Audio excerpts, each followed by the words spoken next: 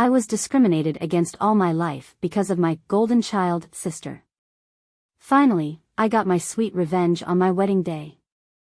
Growing up, I was always overshadowed by my golden child sister, Emma. She was perfect in my parents' eyes, smart, beautiful, and the center of attention. Meanwhile, I was left to fend for myself, constantly overlooked and dismissed. When it came to planning my wedding, Emma couldn't resist inserting herself into every decision, from the venue to my dress, making sure her voice was louder than mine. She was determined to steal the spotlight on my big day, just like she had my entire life. But this time, I had a plan. I'd spent months gathering information about Emma's not-so-perfect life, her secret affairs, shady workplace behavior, and everything she tried to hide behind her polished image. And on my wedding day, I finally got my chance to expose the truth. What started as a celebration of love turned into an unforgettable moment of reckoning. Watch as I take back control of my life and show everyone the real Emma. Let's just say the wedding reception didn't go as planned, for her. Sometimes, the best way to heal is to stand up for yourself, and make sure the golden child's shine finally fades. Growing up in our family was like living in a play where Emma always had the starring role, and I was the forgettable supporting character. Emma, now 31, had always been the golden child. She excelled at everything, academics, sports, even those ridiculous pageants our mom forced us into as kids. Her trophies lined the shelves in the living room, each one polished to a gleaming shine. Meanwhile, I was Lily, 28, the just okay one. If Emma got an A+, my B+ wasn't worth a second glance. I remember one report card night in 5th grade. I came home with mostly A's and a single B in math. I was proud, but when I showed it to my parents, my dad frowned. A B? Lily, you need to work harder, he said, handing the paper back to me without a word of encouragement. Minutes later, Emma burst into the room, waving her report card like it was the crown jewels. Straight A's, of course. Mom swooped her up into a hug, gushing, "That's my girl. We'll celebrate this weekend." No one noticed the tears welling up in my eyes. As we grew older, the disparity only deepened. Emma was the prom queen, the valedictorian, the girl everyone envied. At her high school graduation, our parents threw her a lavish party with catered food and a live band. When I graduated 3 years later, we had a small dinner at a chain restaurant, and my dad even forgot to take a picture of me in my cap and gown. It wasn't just the big moments. Even the little things made it clear I wasn't on the same pedestal as Emma. When she totaled her car in college, my parents bought her a brand new one, no questions asked. When I had a flat tire and called home for help, my mom sighed and said, "Lily, can't you figure it out yourself?" I tried to win their approval in other ways, helping around the house, excelling in extracurriculars, even taking on a part-time job in high school to prove I could be responsible. But nothing seemed to matter. The resentment I felt toward Emma grew like a weed, twisting around my heart and choking out any sisterly affection I might have had for her. To her credit, Emma wasn't always cruel. She had moments of kindness, like the time she helped me with my science project or let me borrow her favorite dress for a school dance. But those moments were few and far between, overshadowed by her smugness and the way she basked in the constant adoration of our parents. The worst part? She didn't even seem to realize how unfair it all was. "You're just too sensitive," she'd say when I voiced my frustrations. Or, "Mom and Dad are hard on you because they want you to do better." Better than what? I'd think bitterly. Better than you? Impossible. By the time I turned 18 and moved out for college, I was desperate for independence. I thought distance would help, but even then, I couldn't escape Emma's shadow. At every family gathering, our relatives would gush about her latest achievements, her scholarships, her prestigious internships, her glamorous vacations abroad. "Lily, what are you up to these days?" they'd ask as an afterthought, their eyes already drifting back to Emma. The resentment came to a head one Christmas when I was 24. Emma, now working as a curator at a fancy art gallery, announced she was engaged to a wealthy architect. Our parents beamed, showering her with congratulations and even offering to pay for the wedding. When I shared that I'd been promoted to manager at my job, my mom's response was lukewarm at best. "That's nice, Lily," she said, barely looking up from her phone. That night, as the family gathered around the tree, I sat in the corner, watching Emma open an expensive designer handbag while I unwrapped a generic gift card. It wasn't about the money, it was the principle. They didn't even try. I decided then and there that I was done playing second fiddle. Over the next few years, I focused on building my own life. I worked hard, saved money, and eventually met James, a kind, down-to-earth guy who loved me for who I was. For the first time, I felt like I was truly stepping out of Emma's shadow. But as my wedding approached, old wounds reopened. Emma immediately inserted herself into the planning process, criticizing my choices and offering helpful suggestions. "You're really going with that venue," she said during one conversation. "I mean, it's cute, but it's not exactly timeless."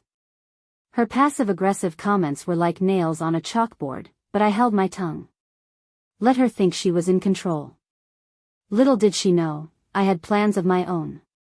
Years of being overlooked and overshadowed had taught me one thing: I wasn't going to let Emma steal the spotlight on my wedding day. For once, the day would be about me, not her, not our parents, not anyone else. As I finalized my plans, I couldn't help but smile. This wasn't just going to be a celebration of my marriage.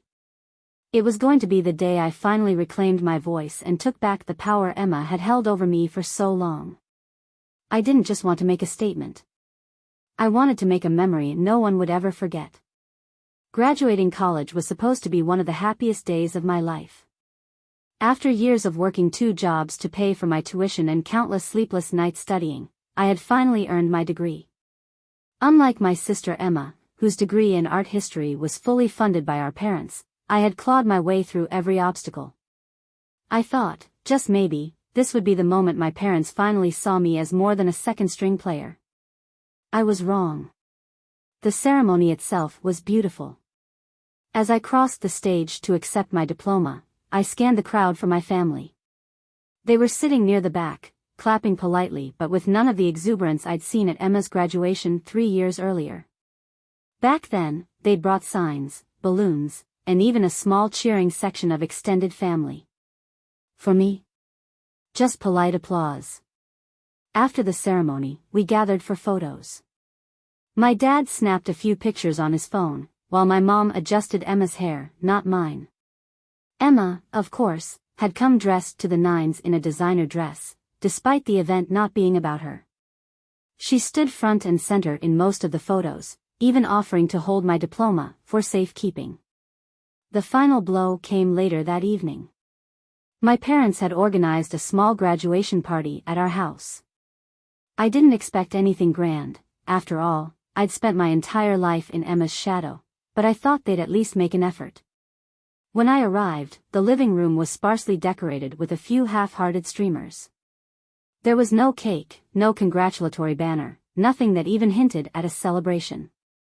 Instead, the focus of the evening quickly shifted to Emma. "Guess what?" my mom announced halfway through the party, clinking her glass for attention. "We decided to surprise Emma with a little gift." The room fell silent as my dad handed Emma a set of keys. "It's parked outside," he said, smiling proudly. Emma squealed with delight, rushing to the driveway. The guests followed, leaving me alone in the kitchen, holding a lukewarm drink and a lump in my throat. When I finally made my way outside, Emma was already posing for pictures with her brand new car, a sleek, cherry-red convertible. "This is for all your hard work over the years," my mom said, beaming at Emma. "You've always been such a wonderful daughter." I stared at them, my stomach churning. This wasn't even Emma's party. It was mine. And yet here she was, stealing the spotlight once again. "Where's Lily's gift?" someone asked, cutting through the awkward silence. My mom turned to me with a tight smile. "Oh, well, we didn't think Lily needed anything. She's always so independent." That night, I sat on the edge of my bed, staring at the blank walls of my childhood room. My diploma rested on the desk, a hollow reminder of what was supposed to be my achievement. No card. No gift. No acknowledgement of how hard I'd worked.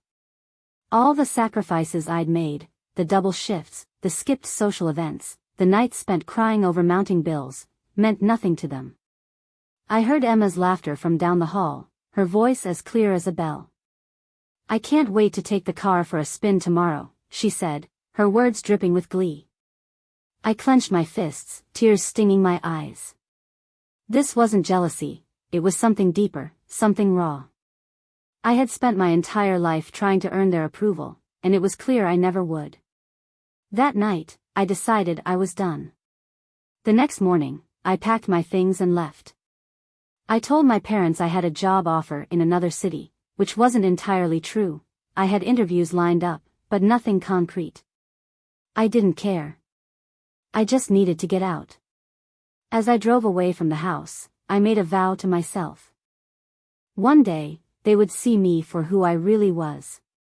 One day, Emma's golden pedestal would come crashing down, and they'd finally understand the damage they had caused. But for now, it was time to start focusing on myself. The years that followed weren't easy. I took on demanding jobs, worked long hours, and hustled to build a life for myself. I rarely called home, and when I did, the conversations were superficial at best. Emma, of course, continued to thrive in the glow of our parents' adoration. They sent me occasional updates about her, how she'd landed a prestigious job at an art gallery, how her boyfriend was planning to propose, how proud they were of her accomplishments. Each update felt like a small cut, reopening the wound I thought I'd left behind. But every time I felt the sting of their neglect, I reminded myself of my promise. I wasn't going to let them define me anymore. And one day, when the time was right, I would show them exactly who they had underestimated. That moment came sooner than I expected. When James proposed, I knew this was my chance, not just to celebrate my love for him, but to finally take back the power Emma and my parents had held over me for so long. As I began planning the wedding, I felt a new sense of purpose. This wasn't just going to be a ceremony, it was going to be a reckoning. Emma had always been the golden child. But now?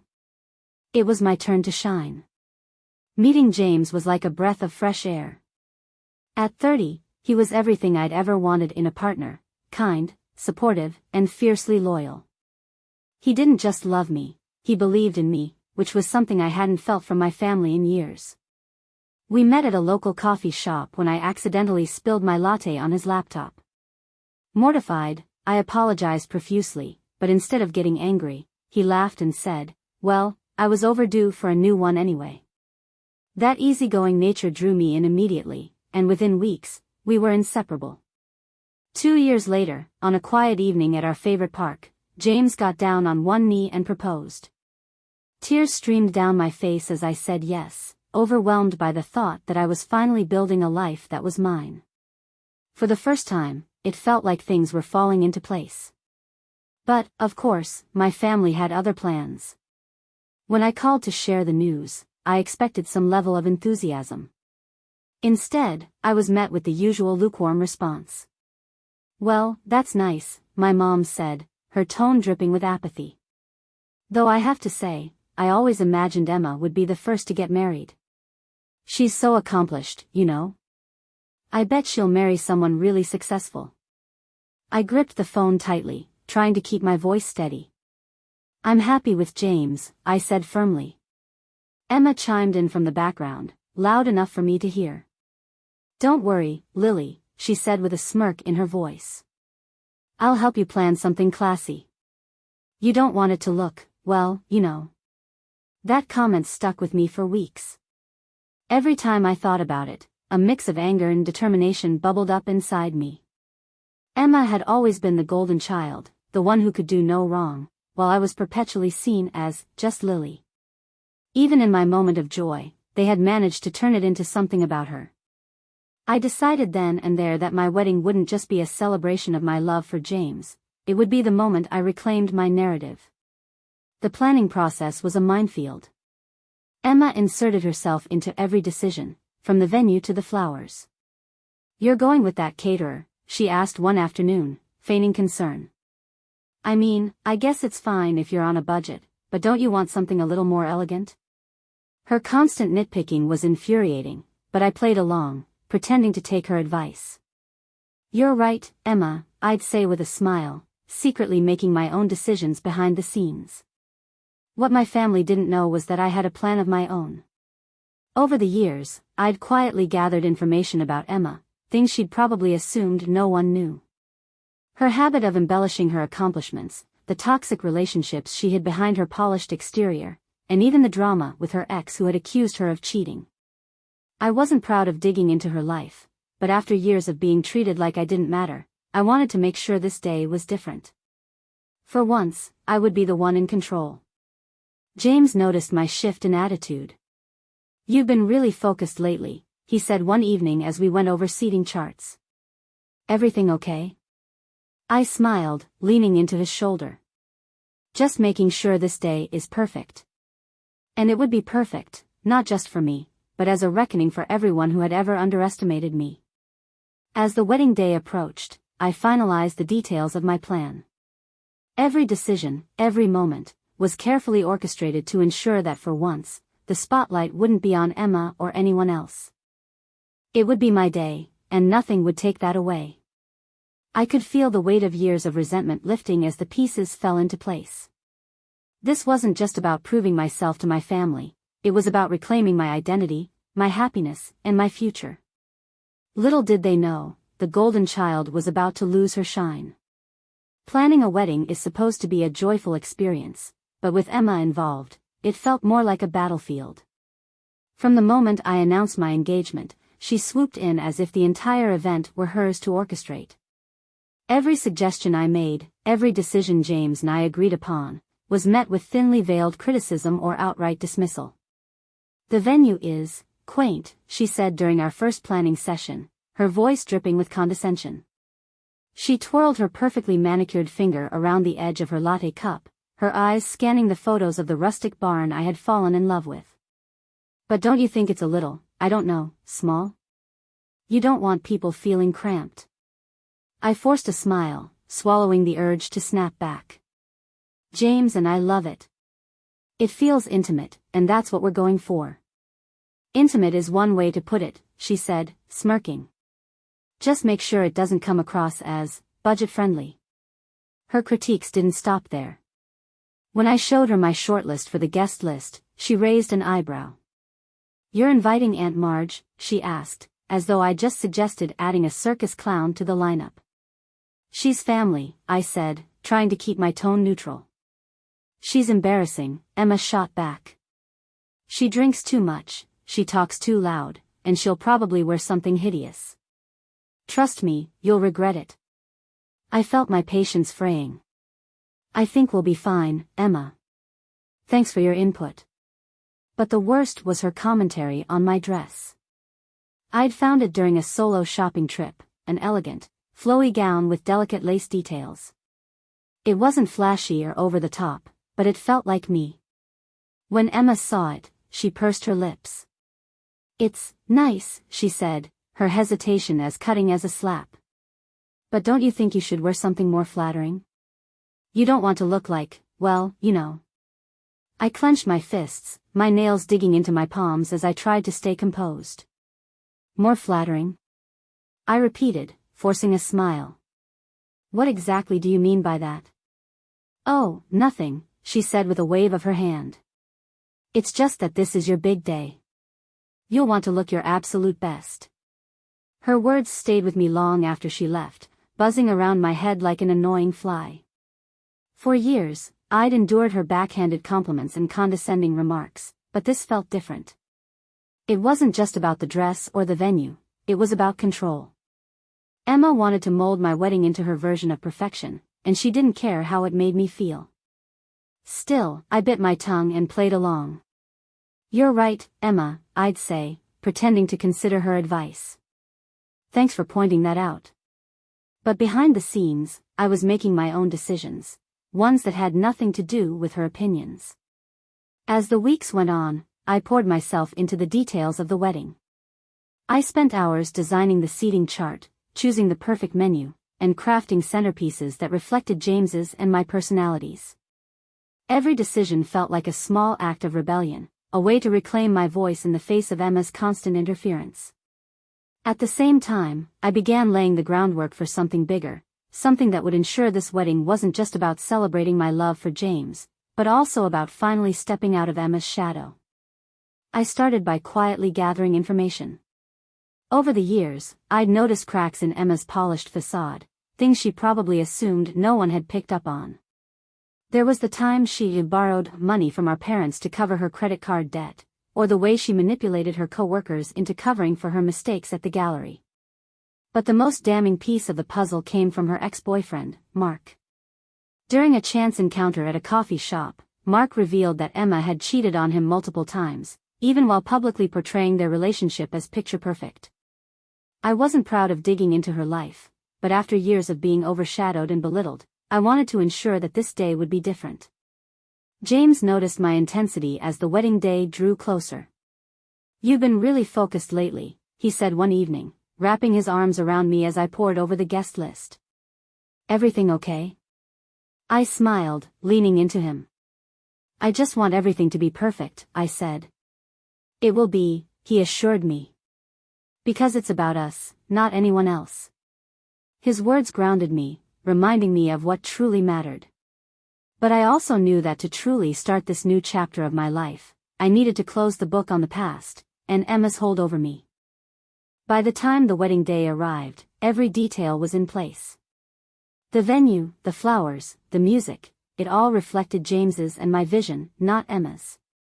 And as I slipped into my dress, the one she deemed unflattering, I felt a surge of pride. This wasn't just my wedding day. It was the day I would finally reclaim my narrative and show Emma, and my entire family, that I was no longer the black sheep, no longer the second choice. Little did they know, the golden child was about to have her pedestal shaken to its core. As the weeks leading up to my wedding unfolded, I became a master of subtlety. To Emma, I was the picture of a grateful sister, nodding along to her unsolicited advice and letting her believe she was orchestrating my big day. Behind the scenes, though, I was carefully assembling the pieces of a plan that had been years in the making. Emma's golden child image was one she worked hard to maintain, but over the years, I'd caught glimpses of the cracks in her pristine facade. She wasn't the perfect person my parents idolized. She was manipulative, calculating, and selfish, and I'd finally had enough. It began with her social media.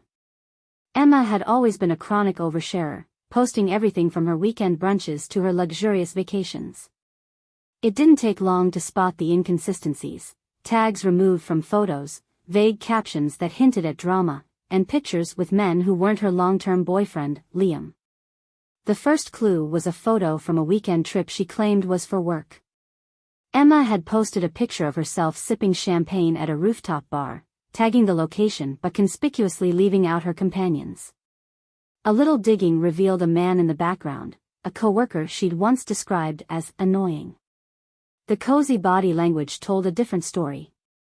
I saved the photo, filing it away for later.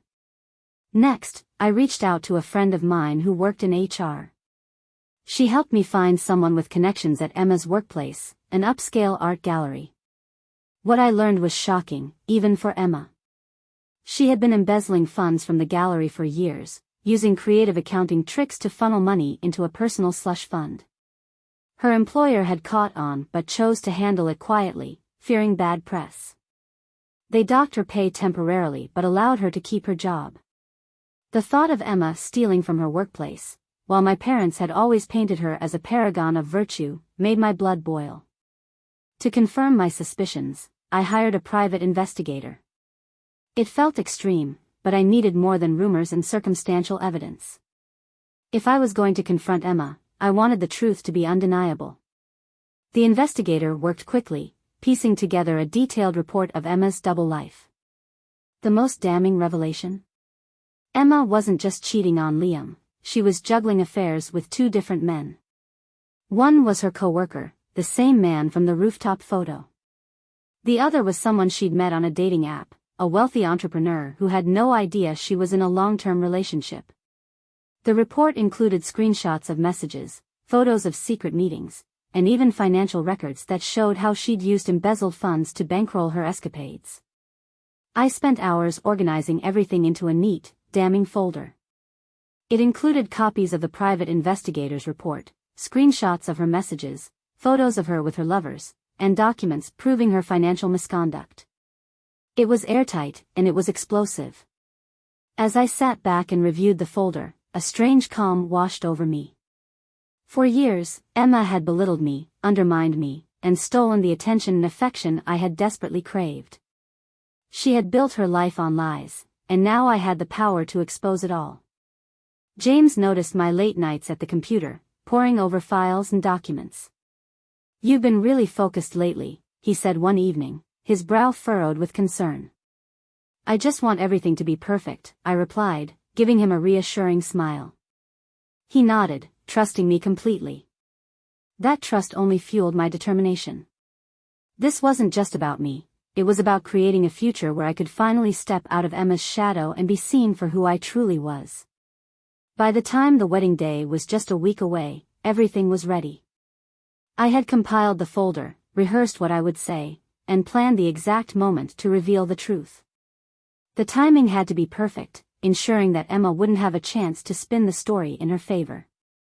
The folder wasn't just a weapon, it was my freedom. It was the culmination of years of feeling second best, of being overlooked and undervalued. Still, there were moments of doubt. A small voice in the back of my mind whispered, "What if this is too far?" But then I'd remember all the times Emma had torn me down, all the times she'd stolen the spotlight and left me in the shadows. This wasn't just revenge, it was justice. On the eve of my wedding, I placed the folder in a leather briefcase and locked it. It felt symbolic, like I was locking away years of pain and resentment, ready to unleash it at the perfect moment. Emma thought she was in control. She thought this wedding was just another opportunity to shine. But she had no idea what was coming. The golden child had built her pedestal on lies, and I was ready to tear it down. The morning of my wedding was filled with an electric sense of excitement. The venue, my chosen rustic barn, was bathed in golden sunlight, with rows of flowers lining the aisle. Everything was exactly as James and I had envisioned it. As I slipped into my gown, the same one Emma had once deemed unflattering, I felt an unshakable calm. This was my day, and I was finally ready to take the spotlight. The ceremony was everything I'd dreamed of. James and I exchanged heartfelt vows, promising love and partnership in front of our closest friends and family. My parents, seated in the front row, looked uncharacteristically pleased, though I suspected it had more to do with Emma than me. After all, she had loudly and repeatedly claimed credit for helping plan the event. "You're welcome," Emma had whispered smugly to me earlier, as though she were the mastermind behind the day's beauty. I ignored her, smiling instead at James, whose eyes were filled with unwavering love. As the reception began, I watched Emma weave through the crowd, basking in compliments like a queen holding court. She wore an elaborate, glittering dress that screamed "Look at me," despite my explicit request for understated attire. Guests flocked to her, thanking her for her guidance in helping me plan such a lovely event. It wouldn't have come together without Emma, my mom gushed to one of our aunts, within earshot of me. I clenched my champagne glass but said nothing. Let them have their moment. Dinner was served, and the air filled with the soft hum of laughter and clinking silverware. James and I shared stolen glances across the table, his reassuring smile grounding me. He didn't know the full extent of my plan, but he trusted me enough not to ask questions. When the plates were cleared and the band began to play, Emma rose from her seat, champagne flute in hand. She tapped her glass with a fork, the chime silencing the room. "Ladies and gentlemen," she began, her voice dripping with confidence, "I'd like to propose a toast to my sister Lily and her wonderful new husband, James." The room erupted in applause, but my heart began to race, not with nerves, but with anticipation. "I've always known Lily would find someone as amazing as James," Emma continued, flashing a dazzling smile. "And I'm just so honored to have been part of making this day as special as it could possibly be." Her words were rehearsed, polished, and insincere, like a speech designed to cast her as the hero of my story. It was time. Before Emma could finish, I stood up. "Thank you, Emma," I said, my voice steady and clear. "That was a lovely toast. But if you don't mind, I'd like to share something with everyone." Emma froze, her glass halfway to her lips. "Of course," she said, her smile faltering slightly. I walked to the front of the room, taking the microphone from the DJ. The room fell silent as all eyes turned to me. "First, I want to thank everyone for being here today," I began, my gaze sweeping over the crowd. "James and I are so grateful to celebrate this special day with all of you." A murmur of approval rippled through the guests. Emma relaxed slightly, assuming I'd deliver a generic thank you speech.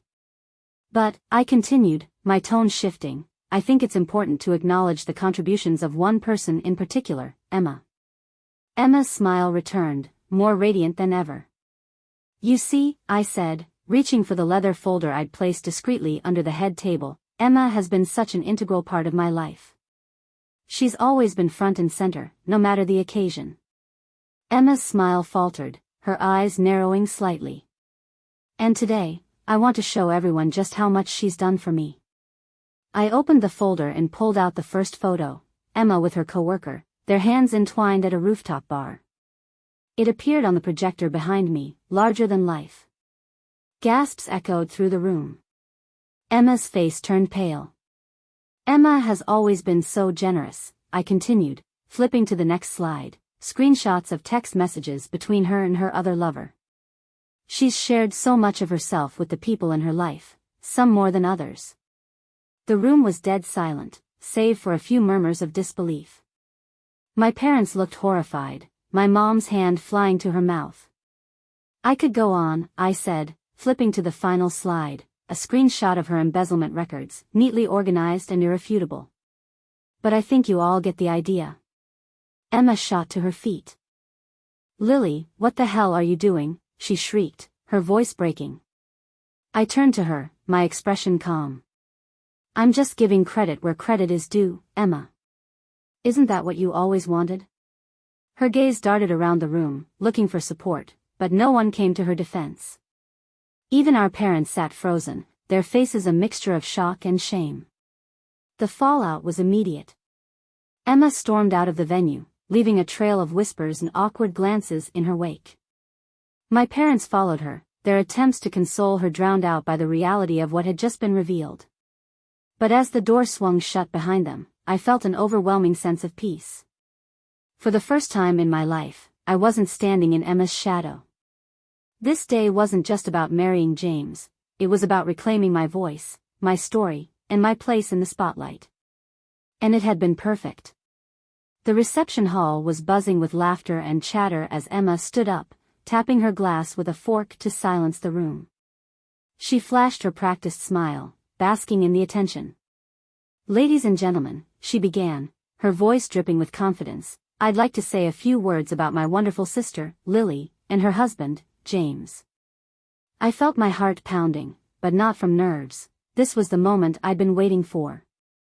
"Before you continue, Emma," I interrupted, my tone calm but deliberate, "I have a little presentation of my own." Emma froze, her smile faltering. The guests fell silent, their attention shifting to me as I stepped forward, a remote control in my hand. The lights dimmed slightly, and the projector flickered to life. The first image appeared, a candid photo of Emma and one of her secret lovers, holding hands at a dimly lit bar. A ripple of gasps echoed through the room. The next slide revealed even more, text messages between Emma and her lovers, full of flirtation and plans to meet. Then came the bank statements, clear proof of her embezzlement. The room erupted in shocked murmurs. "Lily, what the hell are you doing?" Emma stammered, her face turning crimson. I met her gaze, smiling sweetly. "Just making sure everyone knows who you really are, Emma." 8. Sweet revenge. The room exploded into chaos.